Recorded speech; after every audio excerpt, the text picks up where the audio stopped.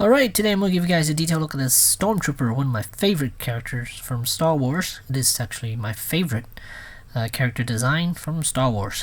This is the 6-inch, the new Black Series Stormtrooper figure. And I don't have the box anymore because I got it from someone from outside of my state, so there it is. I mean, he looks absolutely gorgeous and perfect. It's a perfect Stormtrooper. So you don't even have to wait till this review is done before you should go out and get one yourself. 2, maybe 3. So those promo pics made the helmet look a little rounded, but in person he looks absolutely perfect.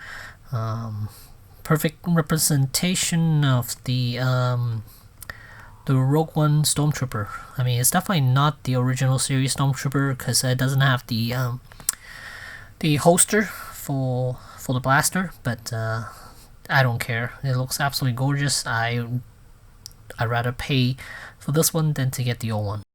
And speaking of the old one, here is a Shock Trooper, but it's the same body, same mold as the old Stormtrooper, so you can tell the helmet of the old one is it's really weird. It's a little weird. I mean, I was okay with it initially when it first came out.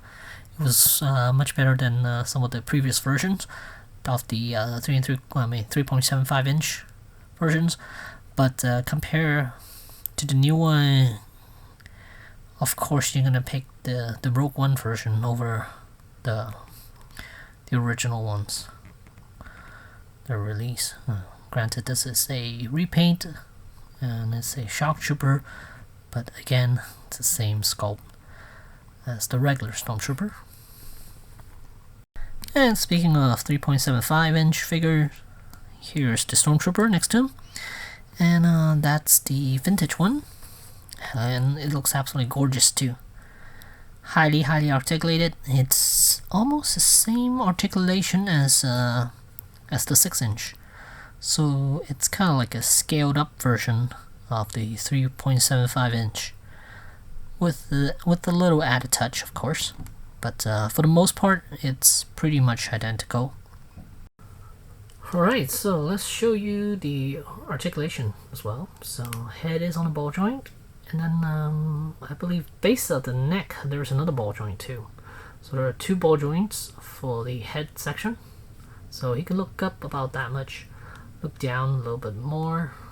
Still, it's kind of hindered by the shape of that helmet. I mean, you can't get around that because that's how the design is.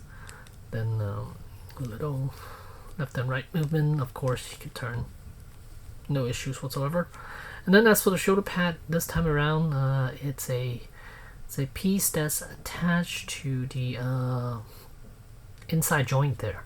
So the arms has that ball hinge joint, and then the peg that's into it, that's pegged into his body. Also, it's where the shoulder pads attach.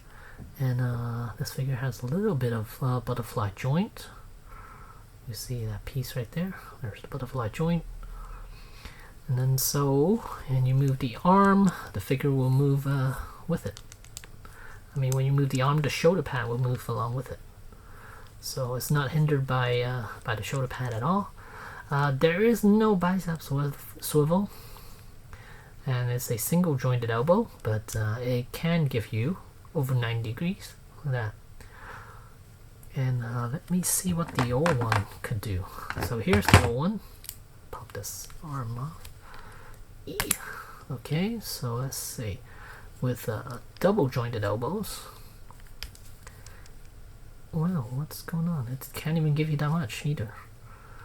Okay, so it could only give you about that much, not a whole lot more. There's another peg here, but for some reason the arm will not move.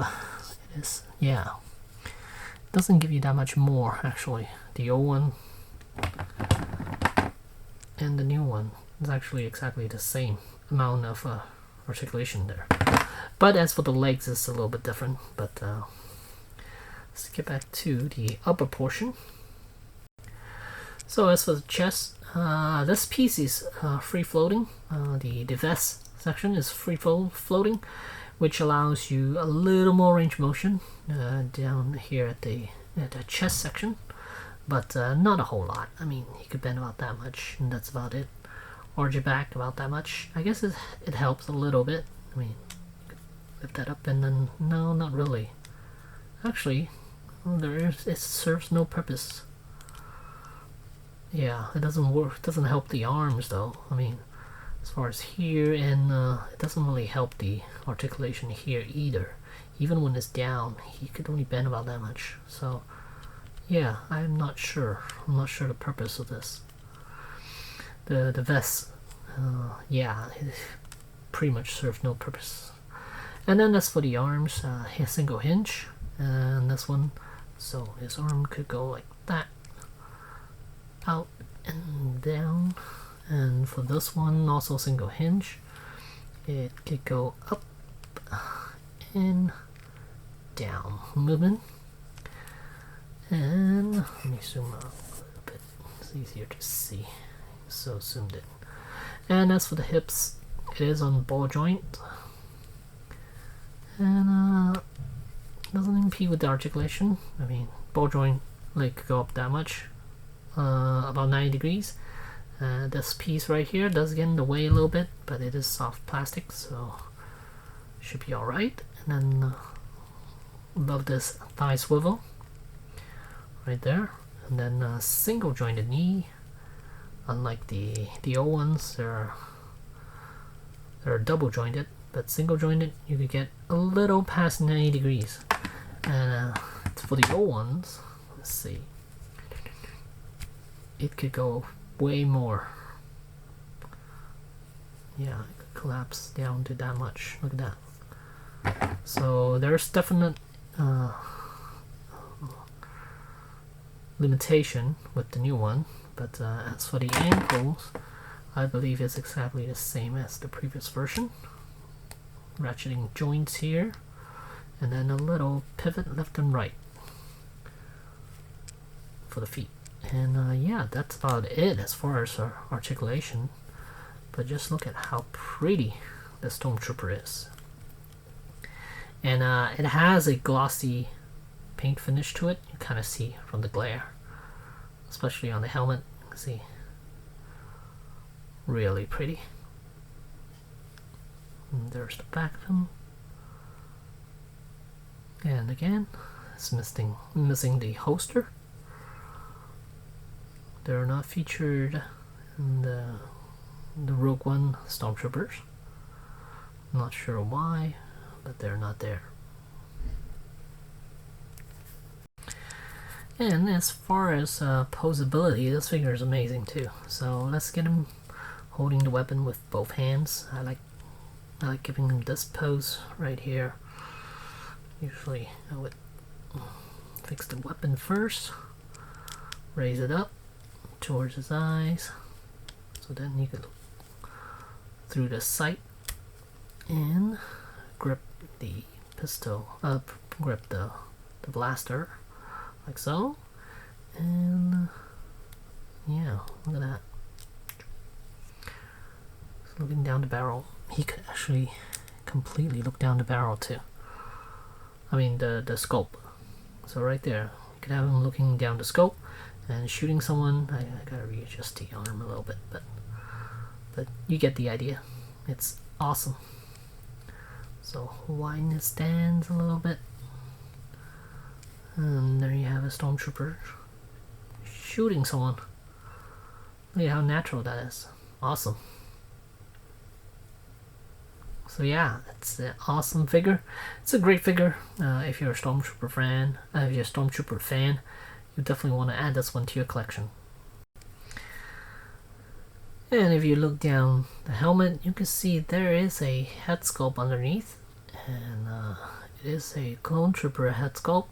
I'm not going to attempt to remove the helmet off of this one just yet, because of the glossy paint. I wonder if I would end up messing this up if I were to heat it up with a hair dryer, because with glossy paint, with glossy material, I'm a little concerned. So I am not gonna remove the helmet off of this one, But I believe if you do remove the helmet, you will get this head sculpt underneath.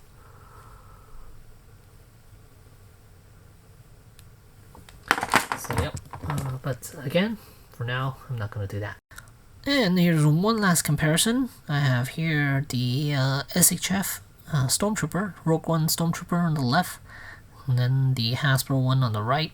And proportion-wise, the Hasbro one is definitely better, and the helmet shape is definitely better, and even the hips are better, because the SHF version, he still couldn't sit down, but the Hasbro version, he could actually sit down.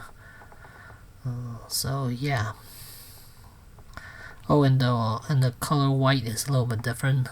The SHF it has a little bit of a creaminess to it, a little creamy white to it, a tiny hint of it. The Hasbro one, it's basically white. It's a hint of tiny hint of blue in it or something. It doesn't look like a complete white color, but still, it's actually.